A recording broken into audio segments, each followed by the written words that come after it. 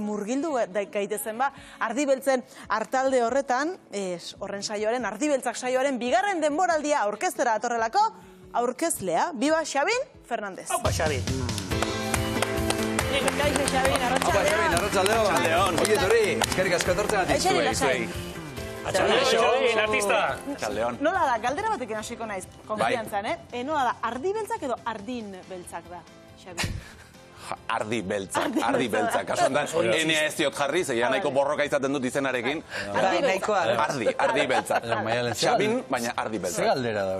Etzen txarra baitu, baina etzen txarra baitu honen Ardin Beltzak. Zene horrekin bili arazak izan ditu. Eskertzen dizu, Maialen. Eta... Maialen jatorra da, batzutan. Asmatu egin behar, eguna tokatu behar, Bai, oixe, gaur tokatu da. Eguna, zure kasuan, ostirala izango da. Ostiraletik aurrera ikusi izango dugulako bigarren demoraldia, Ardi Beltzarena. Nola zaude, Xabin? Bueno, pozik. Lasai? Bai, lasai, ja lanak eginda daude, eta saioak prest daude, beraz, orain gozatzea besterik ez zaite. Tokatzen nik neronek ikusi ditut, behin eta berriz. Bai, Bai, askotan ikusten ditut. Egia da, lehenengo demoraldian gehiagotan ikusi nituela, eta honetan, bueno, esan du Xabin, hartu lasaiago, ze bestela egun guztia horren bueltan ibiliko zara. Baina bai, ostiral honetan, martxoaren 14an, lehenengo 3 elkarrizketak eskegiko dira primeran plataforman. Eta zerratik ikusten dituzu hainbeste txandatan, hori igual txarra da baita, zerbait aldatu nahi zuetzaizu gustatzen? Bai, aldaketak egiteko. Lehenengoan neronek erabaki gehiago hartu nituen edizioan, eta orduan, bueno, burua ustea handiak izan nituen. Ze elkarrizketa luzeak ziren, baina gero 15 minutuko tartea ematen dit primeranek, orduan guzti hori 15 minututan sartzea, ez da ariketa erresa izaten. Zer utzi kanpoan, eta gustoro geratu zara hona la lengua? Ba, egia esan, esperientzia ezberdinak izan dira, baina emaitzekin biekin oso gustora nago. Bai, egia da, bigarren honetan agian, hain zuzen ere, elkarrizketa laburragoak egin ditut. Ez gertatzeko berdina, ez? Eta esan du, bueno, Xabin, joan zaitez pixka segurura, ze batzutan hasten naiz hitz eta pitz, eta bakizu gero etxean damutu. Eta honetan, pixkat... Ardi Beltzak gogoraraziko dugu zein den saioaren ardatza, Xabin? Ardi Beltzak, beraiek eta euren testigantzak. Nik beti abiatzen dut nire izaeratik, nik esaten dut ni Ardi Beltza sentitu izan naizela arrazoi ezberdinengatik, eta hau da justu, antzeko egoeraren batean sentitu diren pertsonen testigantzak biltzen dituen saio bat. Elkarrizketa saio bat, ez du bestelako adornorik eta bestelakorik. Testigantza bat, biak aurrez aurre, eseri eta entzute eta ikastea, ze asko ikasten dut. Aurten esan duzu, elkarrizketa laburragoak ekarrabatu dituzula, horrek eskatuko du aurretik lan gehiago egitea eta tiroa hobeto finkatzea. Aurrelan handi xamarra egin beharko zenuen gaiekin. Bai, lehengo demoraldian ere egin genuen, baina egia da gero jartzen zarenean eserita beste gauza batzuk ere ateratzen direla eta luzatzen dela. Neretzako hori da ariketa zaiena, ze batzutan esertzen naiz eta gustora egoten naiz hizketan, ez?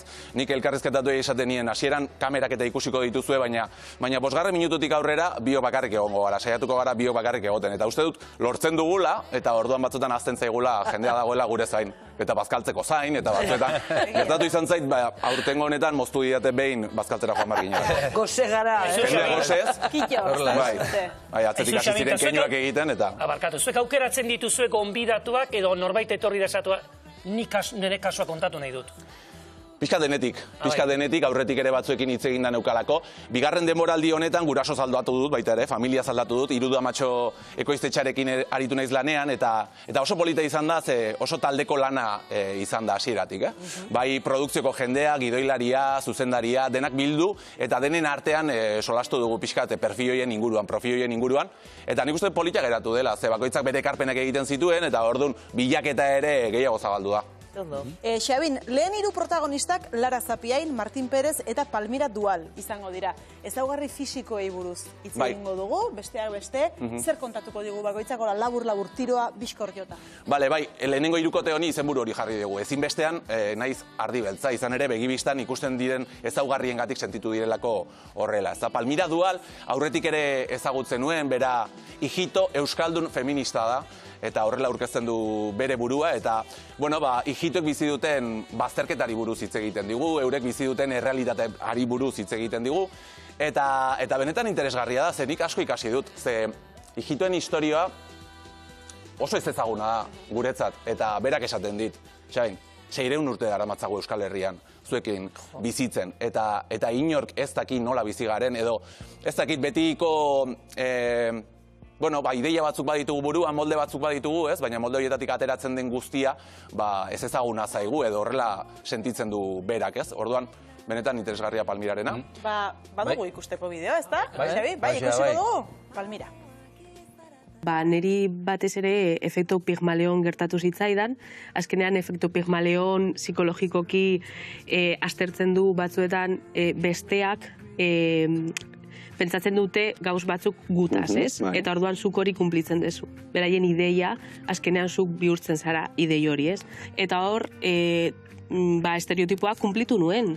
Beraiek pentsatzen zuten nik ez nuela DBH bukatuko, edo merkadioan eta eskonduta, eta orduan nik nire espektatibak nitaz oso gutxiak ziren edo oso basuak. Eta ze espektatibak dituzte irakasleak ikasle hijituengan.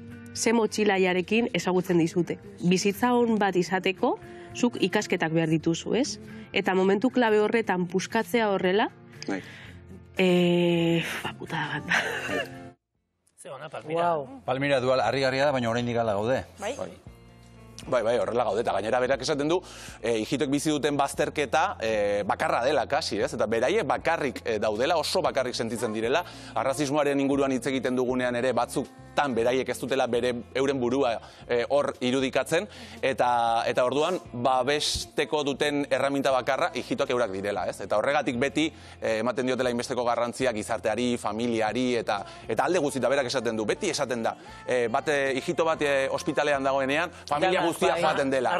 Baina joan behar dugu, bestera, ze bestela bakarrik sentitzen dira, bakarrik sentitzen gara, askotan sentitu gara bakarrik, eta zaplazteko handiak jaso ditugu Palmiraren testigantzarekin. Oso ongi. Lara Zapiain ere ezagutuko dugu. Bi hitzetan, nor da Lara Zapiain? Lara Zapiain da pertsona zoragarri bat, zarauzkoa, akondroplaseari buruz hitz egin diguna, baina ze aparta, bere testigantza eta zeneska jatorra, benetan maite mindutan nago berarekin. Ikusiko dugu bideoa? Ikusi. Lara Zapiain. Eta entzun. Deshumanizazioa, aipatzen da batzutan, gaur egungo gizartean hori txertatuta dagoela, baina nola aldatu dezakegu hori? Nik uste ez, gorputzez normatiboakin edukazio falta daula, leku askotan. Nik adibidez atzerrira edo juten aizenean, ez dit inorrek aletik behidatzen. Ahora. Osa, oain gabonetan Dinamarkan egon naiz, eta eskein horrek, baina hemen, ez dizut esango Espainian, baina Euskal Herrian zerbaitek ez du funtzionatzen. Ze gorputzez normatiboakin, oain dikan, begirada pila badaude, oso arraroa gea, oain dikan.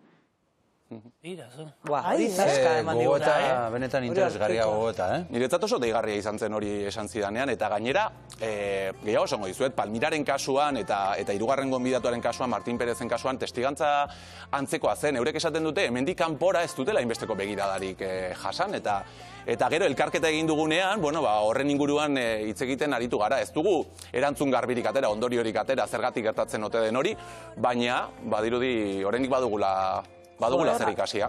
Doktoretza tesi badago, orduan, Xabin. Nik uste baiez, bakarremate badula hor bidea. Interesgarria. Hirugarrena, Martin Perez. Martin Perez. Labur.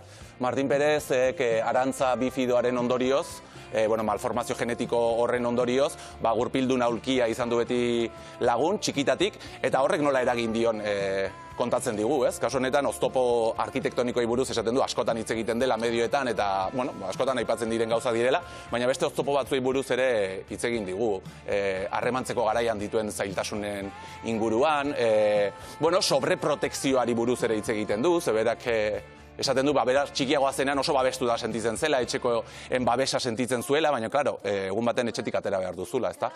Eta hor gauzak ez direla hain errexak, eta, beste testigantza garrantzitsu bat. Ikus dezagun, Martin Perez, Ardibeltza. Ez dakit tratuan, nola tratatzen gaituzten edo gainera tratuan esaten dutenean ez naz ez dakit irainein inguruan hitz egiten ari, batzutan gertatzen diela, baina ez di horren masiboak esango nauke. Dia gehiago, igual pobrecito bezala edo horrelako tratua, notau izan dut eta notatzen dut, eta gainera hau igual gaizki da, baina ni ohitu naz betratu horretala, ez? Eta igual ja batzutan ez naz kapasa igual ez da identifikatzeko batzutan, ez? Ja normalizau egin dotelako, ez? Baina, bueno, nibe saiatzen naz tratu horri ikusterakoan, normaltasunez erantzuten edo ikusteko pertsona horrek ez duztala horrela hitzen behar, ez? Ni pertsona nazela, beste guztixa bezala, eta bueno, normaltasunez hitz egitea gustatzen jatela, ez? Beste pertsona bati bezala. Oso interesgarria, Martin Perezek esandakoa. Hortxe, lehenbiziko hirukoteak gero elkartu egingo dituzunak, eta ondorioz beraien arteko elkarrezketa ere, pentsatute... Hor dago bigarren buelta, ez da? Bakarka ezagutu eta gero elkartzen dira, hor ezagutzen gara guztiak, eta bueno, mai gainean jartzen ditugu hitz egindako gauza guztiak, eta ondorio interesgarriak ateratzen dira, bai. Nik Martinen kasuan hori, gixajua efektua aipatzen nion, ze, klaro, nik ere neregan bizitu izan dut nola bait, ez? Nik hemen bibazueken nire testigantza eman eta gero, eta seropositiboa nintzela esan eta gero, nabaritu dut, ez? Noizbait etortzen zaizu jendea bakarren bat, eta, bueno, ez dizu esaten zuzenan nahi gisa joa, ez? Baina nabaritzen duzu hori, ez? Eta berak esaten du, karo, hainbeste denboran gertatu zaiola, zeia normalizatu ere egin duela batzuetan, eta kuriosoa. Eta elkartzen direnean, hirurak batera elkartzen dituzunean, hor magia sortzen da? Sekulakoa, eta hirukote honekin batez ere, ez? Palmira eta Lararen artean konturatzen nintzen, ez? Lehen esaten nizuen bezala, Palmirak esaten zituen zenbait gauza, Lara harrituta geratzen zen, eta esaten zuen, eske ez nuen espero horrelakorik, eta ezagutzen ditut ijitoak, ez? Baina errealitate hori ez dut hain gertutik bizi izan. Galdetu ez dudalako, edo ez naizelako jarri Palmira bezalako emakume batekin eserita, eta hizketan gauza hoen inguruan, eta bai, interesgarria da horregatik, denok ikasten dugulako beste ardien testigantzetatik.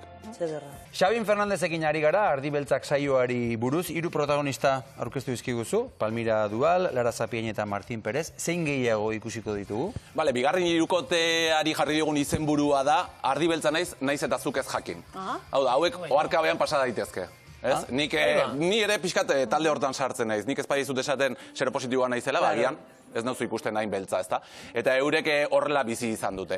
Eta, bueno, alde batetik, muturreko nortasunaren nahasmenduari buruz hitz egiten digu Matxinek, Unaik, bueno, jokoarekiko menpekotasunari buruz hitz egiten digu, bera ludopata errehabilitatua da.